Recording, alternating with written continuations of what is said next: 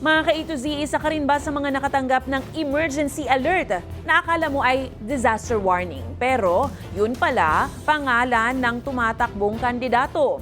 Tinapik na ng Office of Civil Defense ang National Telecommunications Commission nitong linggo para imbestigahan at panagutin ang nasa likod ng mga umano'y pananamantala sa emergency alert system ng bansa para gamitin sa pangangampanya.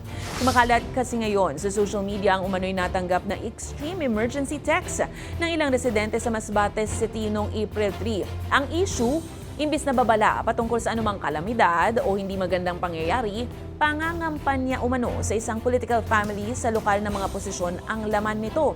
Mariin itong kinundena ng OCD at sinabing kawalan ng respeto sa totoong halaga ng Emergency Cell Broadcast System o ECBS at maaaring magpahamak sa buhay ng publiko. Hinikayat din ng ahensya ang publiko na manatiling mapagmatyag at i-report ang anumang kaso ng pananamantala ng mga emergency alert.